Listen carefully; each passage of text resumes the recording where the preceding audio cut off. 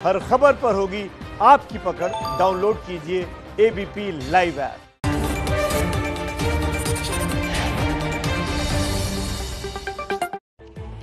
नमस्कार, master stroke में आप सभी का बहुत बहुत स्वागत है। आपके साथ हूं मैं रोबिका लियाकत। आज हम मास्टर स्ट्रोक में देश की संप्रभुता से जुड़ा एक बहुत ही महत्वपूर्ण मुद्दा उठाने वाले हैं। ये मुद्दा है कि विदेशी पैसे से भारत में एजेंडा चलाने वाले एनजीओज, उनका मुद्दा है। भारत सरकार ने इसी संसद सत्र में एक नया कानून पास किया जिसके तहत ऐसे एनजीओज पर लगाम लगाने में मदद मिलेगी।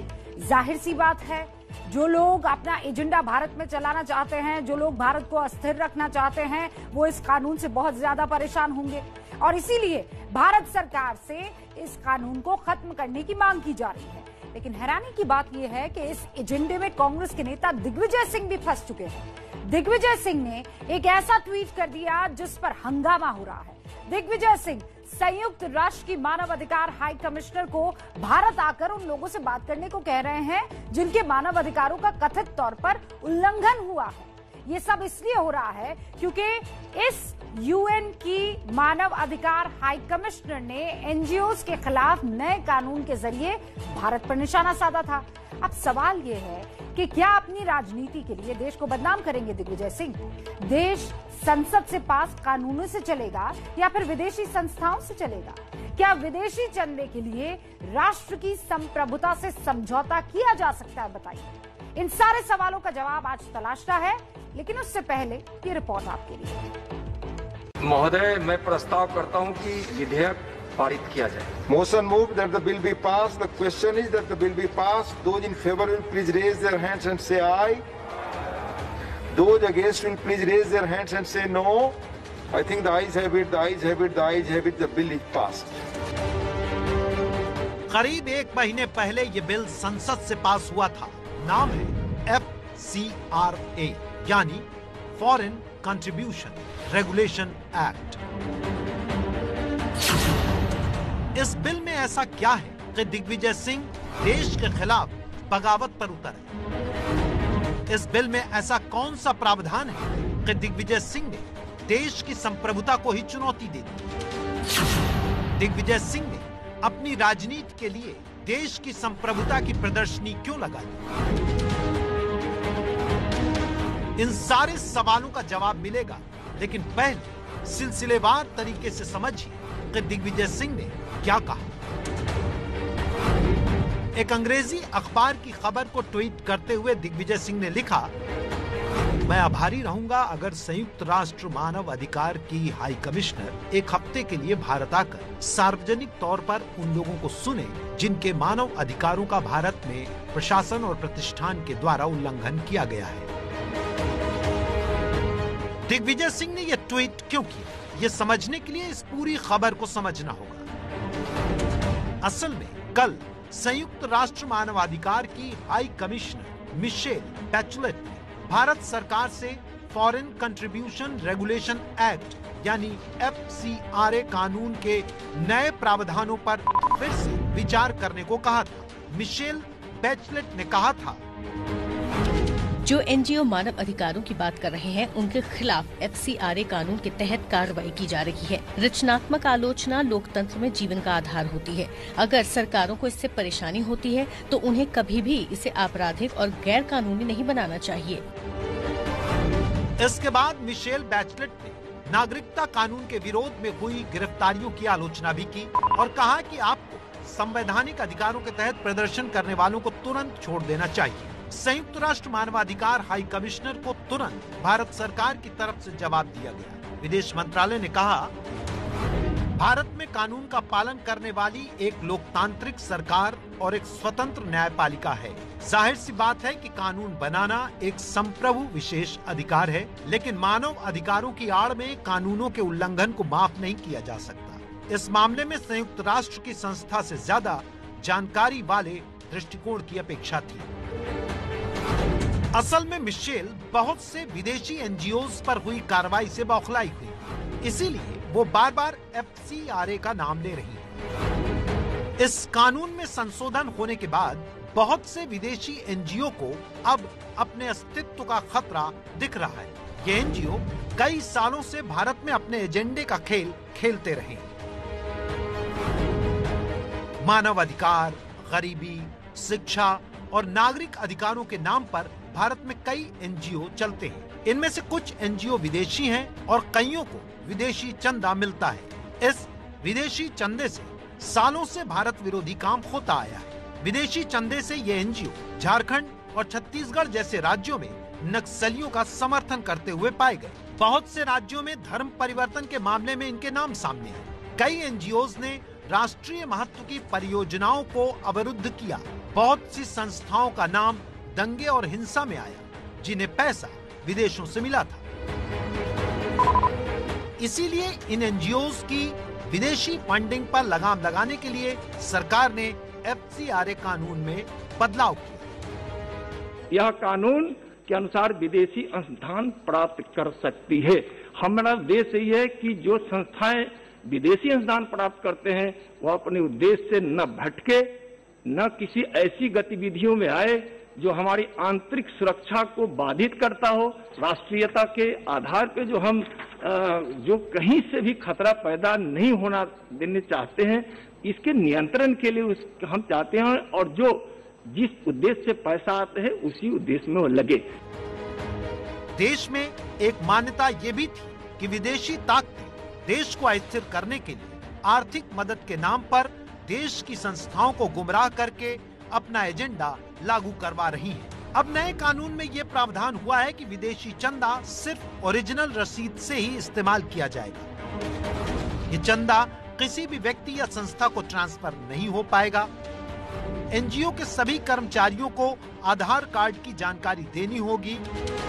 प्रशासनिक कार्यों में विदेशी चंदे के इस्तेमाल की सीमा 50% से घटाकर 20% कर दी गई है। सरकार अब एनजीओ की कार्यप्रणाली और उद्देश्य की भी जांच कर पाएगी। एफसीआरए एक राष्ट्रीय व आंतरिक सुरक्षा कानून है जिसका प्रमुख उद्देश्य यह सुनिश्चित करना है कि विदेशी धन भारत के सार्वजनिक जीवन या राजनीति तथा सामाजिक विमर्श पर हावी न हो जाए, इसके लिए यह बिल है।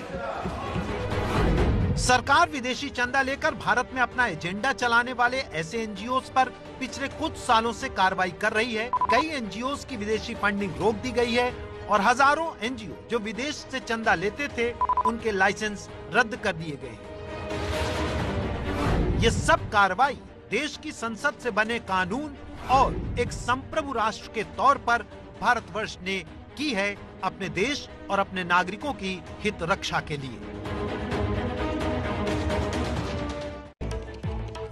और इस पर बातचीत करने के लिए हमारे साथ दो खास एक्सपर्ट्स इस वक्त जुड़ चुके हैं। पहली हैं शुभ्रास्ता जो कि लेखिका हैं और दूसरी हैं डॉक्टर रंजना कुमारी जो कि सीएसआर की डायरेक्टर हैं। आप दोनों का बहुत बहुत स्वागत है। Happy to have you.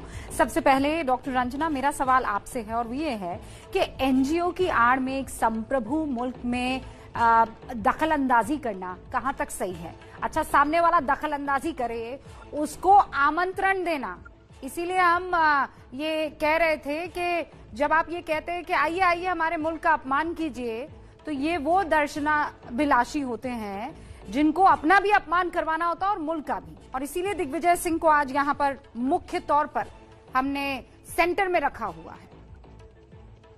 Rubika, मैं राजनीतिक उठापटक में नहीं पढ़ना चाहती हूँ। एफसीआरए पहले भी कानून के रूप में था। सारी संस्थाओं को एफसीआरए के नियमों का पालन करना पड़ता है।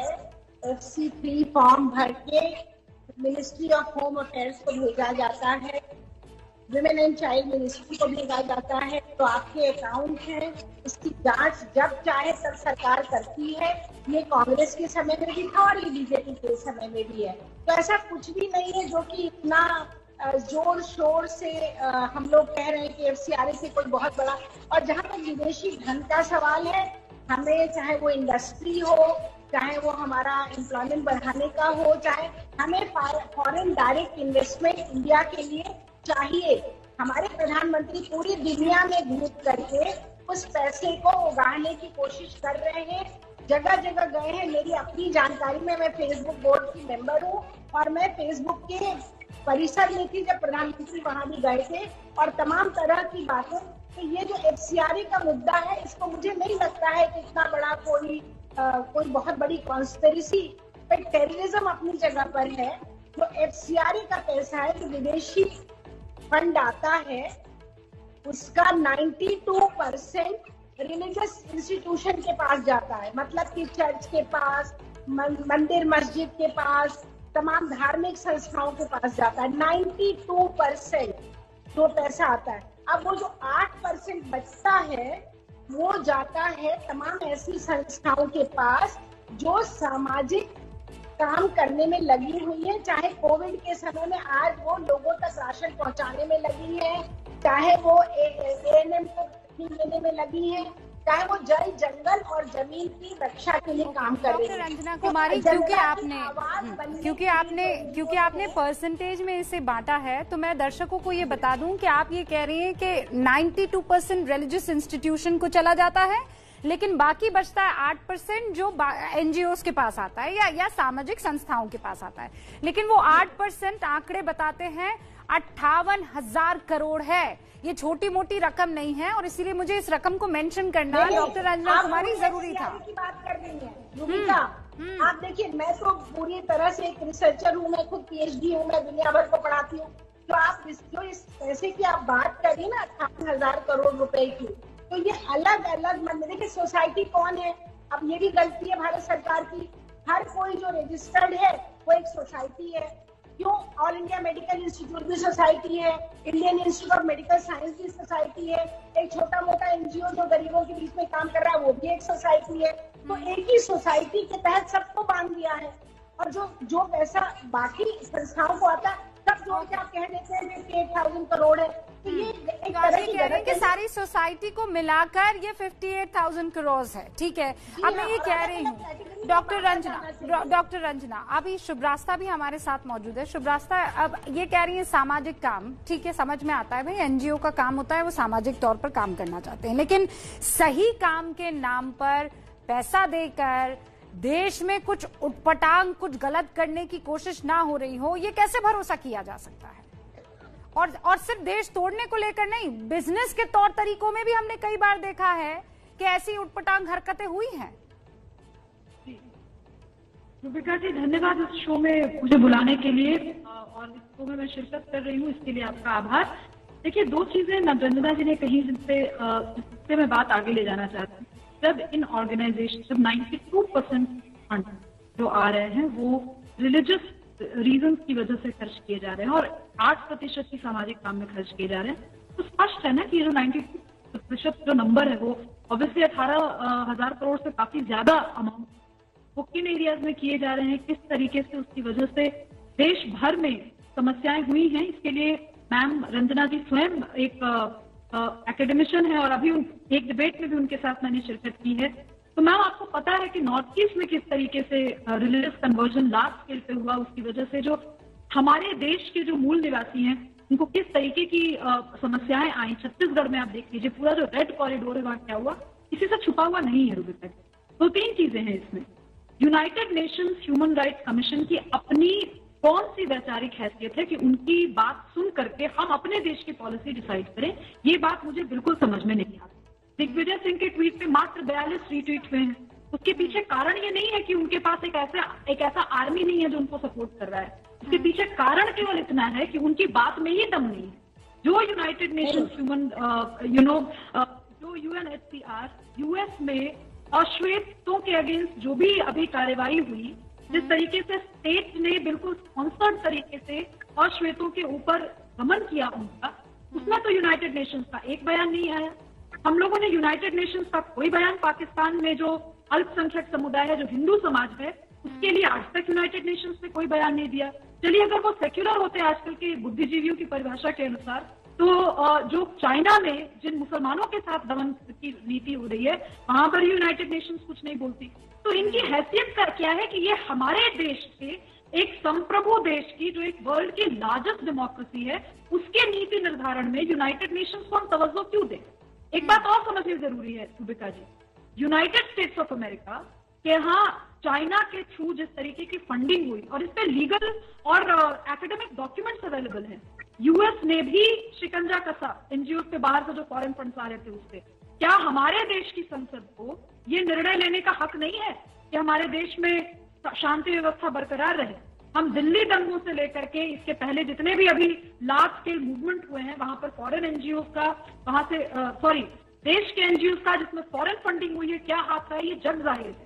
तो ऐसी परिस्थिति में मुझे नहीं लगता है कि क्लियर है, और मुझे लगता है डॉक्टर रंजना नहीं, पूरा देश इस बात को शुभ रास्ता मानेगा कि यहाँ संसद से कानून बनता है, हम संप्रभु मुल्क है, और अगर हमारे कानून को कोई तोड़ेगा तो उसके खिलाफ कार्रवाई होगी। अब ये मिशेल साहिबा कौन होती है ये तो आप भी समझते और हम भी, लेकिन आप दोनों ने जिस तरफ इशारा किया है, और खासकर शुभ रास्ता आपने जिस तरफ इशारा किया है, एनजीओ का खेल, वो दिखाना अभी बहुत जरूरी है। हमारी अगली रिपोर्ट में आपको बहुत से ऐसे एनजीओ के बारे में जानकारी मिलेगी जिनका उद्देश्य कुछ और था, लेकिन उन पर भारत विरोधी एजेंडा चलाने का आरोप लगा।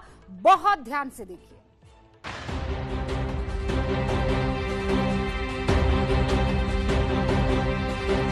अब ये देखिए कि कैसे विदेशी मदद से चलने वाले एनजीओ या विदेशी संस्थाओं की भारतीय इकाइयां भारत में अपने एजेंडे का खेल करती हैं। जैसे ग्रीन पीस इंडिया, उद्देश्य था भारत में जलवायु परिवर्तन पर काम करना, लेकिन ये विदेश से मिले चंदे का स्रोत नहीं बता पाया। चंदे का 60% हिस्सा प्रशासनिक कामों में खर्च किया।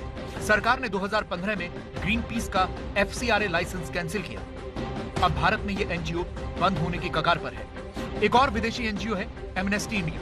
इसका उद्देश्य भारत में मानवाधिकारों पर काम करना था, लेकिन इसी साल इस पर कई गंभीर आरोप लगे। जैसे आरोप लगा कि बिना सरकार की अनुमति के विदेशी धन भेजा गया, रास्ता बदलकर गलत तरीके से पैसा भेजा गया, जिसके बाद पिछले महीने ईडी ने संस्था के खातों को फ्रीज किया और फिर एमनेस्टी इंडिया ने भारत में काम बंद करने का फैसला किया। इसी तरह के आरोप एक और भारतीय एनजीओ पर भी हैं, जिसका नाम है लॉयर्स कलेक्टिव। इसका उद्देश्य भी भारत में मानवाधिकारों की रक्षा करना है। ये एनजीओ वरिष्ठ वकील इंदिरा जयसिंह और आनंद ग्रोवर चलाते हैं, लेकिन इस पर भी विदेशी चंदा लेने में अनियमितताओं का आरोप लगा। गृह मंत्रालय ने इस एनजीओ का विदेशी चंदा लेने का लाइसेंस भी रद्द किया। आरोप लगा कि विदेशी चंदे का इस्तेमाल राजनीतिक उद्देश्य के लिए किया जा रहा है। सीबीआई ने केस भी दर्ज किया, जिसे लॉयर्स कलेक्टिव की तरफ से निराधार बताया गया।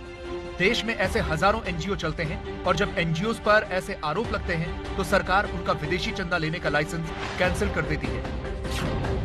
2017 में सरकार ने 4,866 एनजीओ के लाइसेंस कैंसिल किए। 2018 में सिर्फ एक, और 2019 में 1,809 एनजीओ के विदेशी चंदे के लाइसेंस कैंसिल हो चुके हैं। विदेशों से एनजीओ को कोई छोटी धनराशि नहीं मिलती है, बल्कि ये चंदा सैकड़ों करोड़ रुपए का होता है। आपको जानकर हैरानी होगी कि FCRA के तहत रजिस्टर्ड एनजीओ को 2016-17 और 2018-19 के बीच 58,000 करोड़ रुपए से ज्यादा का विदेशी चंदा मिला। ये बहुत बड़ी रकम होती है। इसीलिए ये सवाल पैदा होता है कि विदेशी संस्थाएं एनजीओ के माध्यम से इतनी बड़ी रकम भारत में क्यों भेज रही हैं? और जब रकम इतनी बड़ी होगी तो इसकी निगरानी सरकार तो करेगी ही।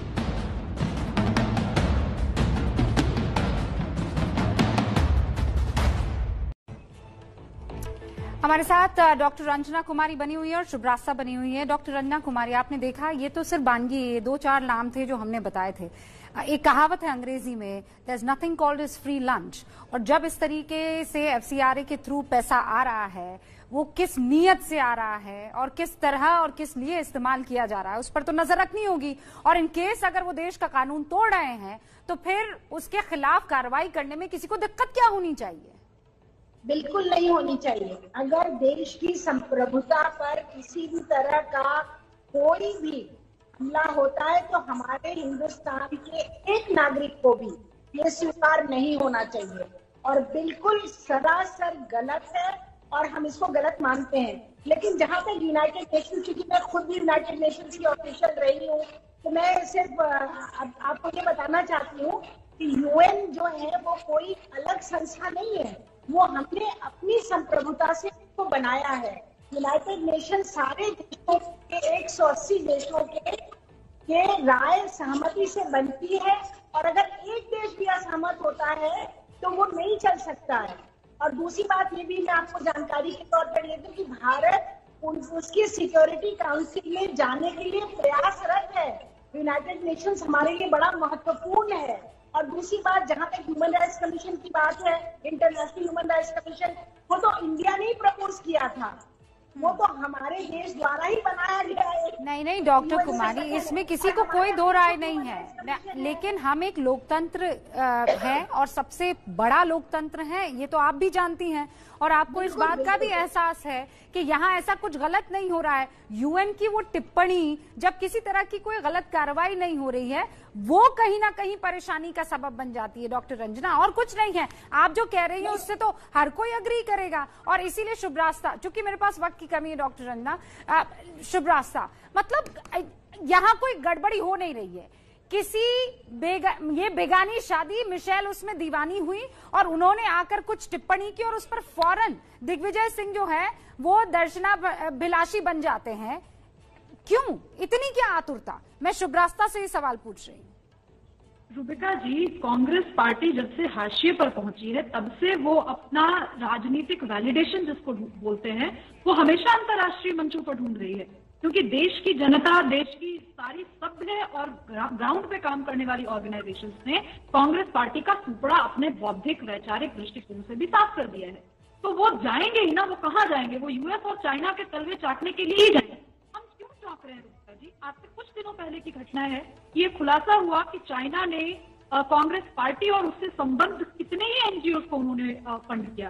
राजीव गांधी फाउंडेशन का नाम इसलिए बदनाम हुआ था क्योंकि चाइना से अच्छी खासी फंडिंग उनके पास आई थी। तो हम इतना चौंकते, हम देखते हैं कि दिग्विजय सिंह हो या राहुल गांधी हो, ये अंतर्राष्ट्रीय मंचों पर जाकर के अंतर्राष्ट्रीय संस्थाओं के हवाले से अपनी राजनीति शापन करना चाहते हैं, उसको धारदार बनाना चाहते हैं।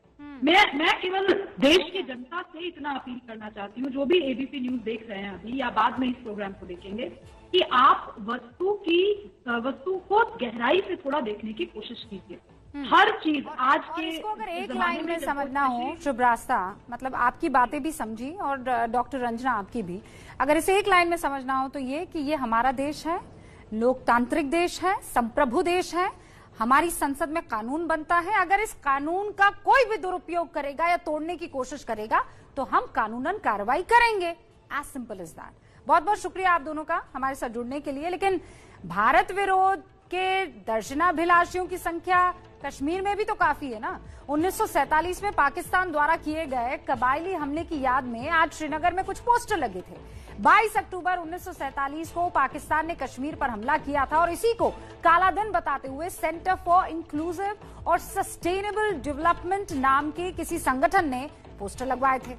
इसके लिए श्रीनगर नगर निगम से इजाजत मांगी गई थी। रात के दौरान ये पोस्टर लगाए गए, लेकिन सुबह इन पर काफी हंगामा हुआ, जिसके बाद ये पोस्टर्स हटा दिए गए। श्रीनगर पुलिस का कहना है कि उन्हें पोस्टर लगाने के बारे में कोई जानकारी नहीं है।